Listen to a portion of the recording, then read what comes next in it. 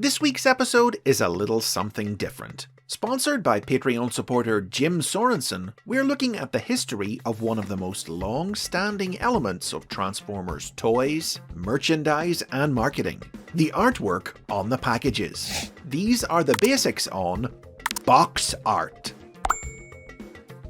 The tradition of including character artwork on Transformers toy packaging began back in the 1980s with the original Transformers toy line.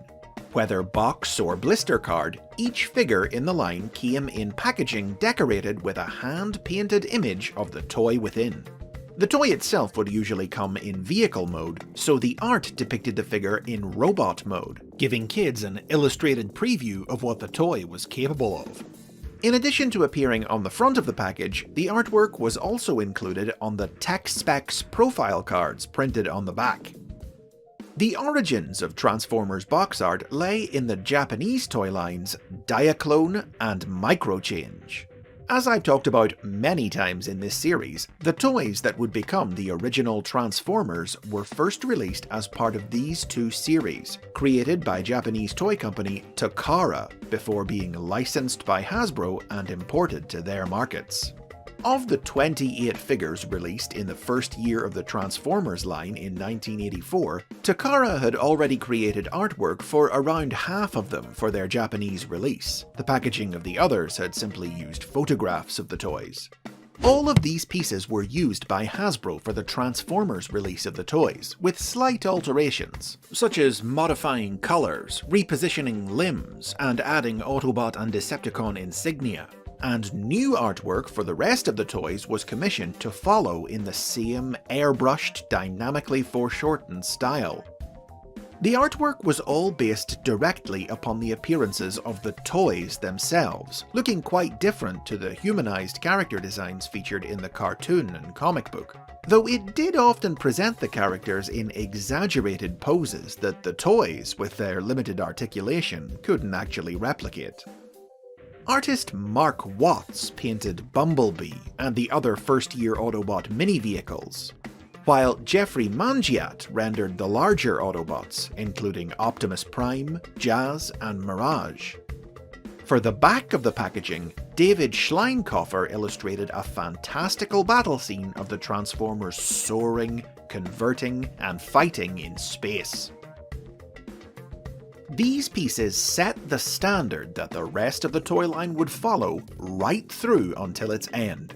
Every figure had its own unique artwork, and a new battle scene mural for the back of the boxes was produced annually, showcasing each year's new range of product. Even in international markets like Japan, Europe, and South America, brand new illustrations in the same style were created to adorn the boxes of toys exclusive to those regions.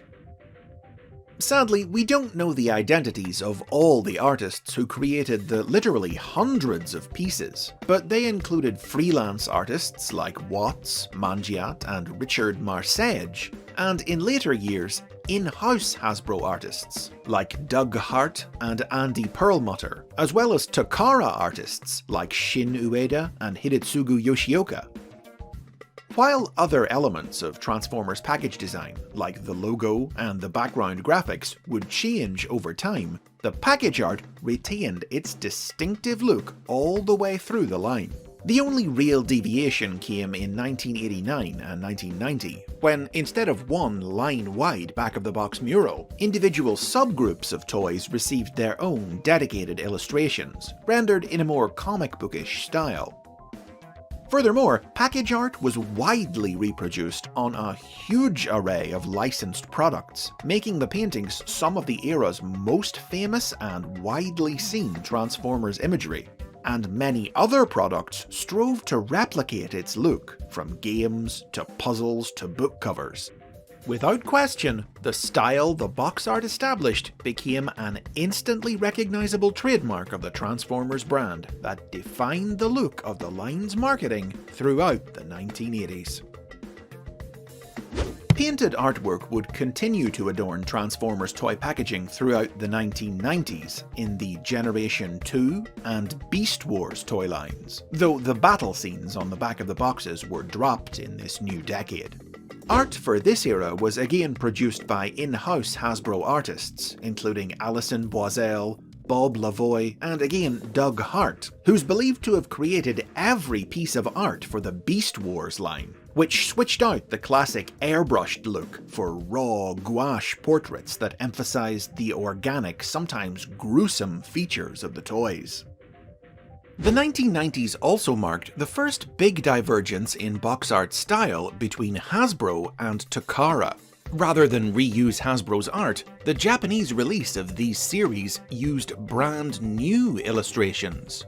Generation 2 featured computer-generated box art, while the art for Beast Wars was based not on the toys themselves, but on the Beast Wars cartoon, emulating its aesthetics even for characters who didn't appear in the show, using first hand-drawn portraits before switching back to computer-generated images, inspired by the cartoon's CG animation, though not directly copied from it.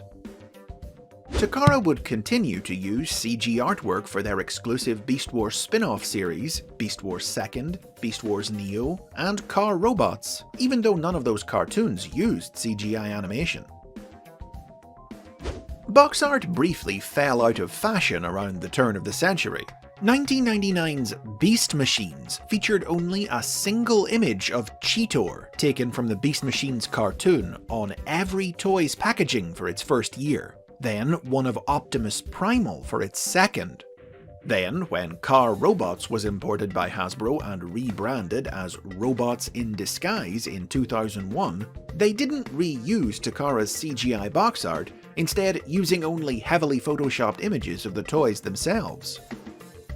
But then, package art returned, revamped with a new style for the 21st century with 2002's Transformers Armada. Illustrated by a variety of comic book artists who were concurrently working on the new Transformers comics published by Dreamwave Productions, the art for this line left the painted look of earlier series in the past, instead featuring an anime-influenced style with bright cel-shaded colours.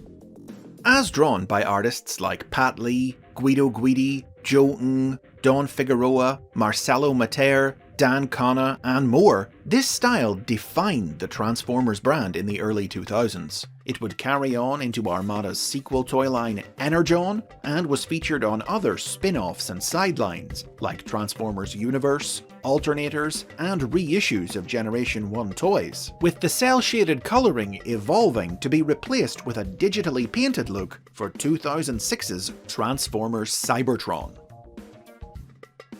Following the conclusion of Cybertron, Transformers package art essentially forked off in two different directions that it's continued on until today. Since 2007, rather than using the toys themselves as primary inspiration, as all series up to that point had done, the box art for mainline Transformers series supported by a film or television show has been based directly on those films and shows, made up of 2D drawings or CG renders that match their unique visual styles, at times lifted directly from style guides or model sheets. Takara actually began this trend a little earlier, when they used CG character models right out of the shows for their releases of Energon and Cybertron. Other toy lines, meanwhile, mostly ones targeted at older collectors like Transformers Universe and Generations, have continued where Cybertron left off, with package art that renders the Transformers in a comic book style, with even mainstream comic creators like Clayton Crane and Phil Jimenez contributing to Generations across 2013 and 2014. Since 2015's Combiner Wars, Canadian art studio Volta has been responsible for colouring the art for these series, and it's evolved from simply character portraits to full scenes including detailed backgrounds. 2019's War for Cybertron trilogy even reintroduced the original series concept of an annual mural printed on every toy's packaging. Now, obviously, I can only show you a tiny fraction of the art that's out there in a video like this, but Transformers package art has been a long-time passion of this episode's sponsor, Jim Sorensen, and he's even written a few official hardcover art books collecting and celebrating it. In 2014, IDW Publishing released Transformers Legacy, a compendium of art from the Generation 1 and Generation 2 toy lines, which collects almost all of the original artwork from those two series. More recently, in 2019, Viz Media published Transformers: A Visual History, showcasing art from every corner of Transformers history, including an extensive chapter on package art. These two books stand as testament to the lasting power and popularity of Transformers box art, some of the most iconic images ever created of our favourite robots in disguise. And those are the basics on Transformers box art. Leave a comment below about some of your favourite pieces and the memories you have of them. Remember to like and subscribe for more Transformers history, click the bell to get notifications for future episodes, and if you can, visit Patreon to support the series.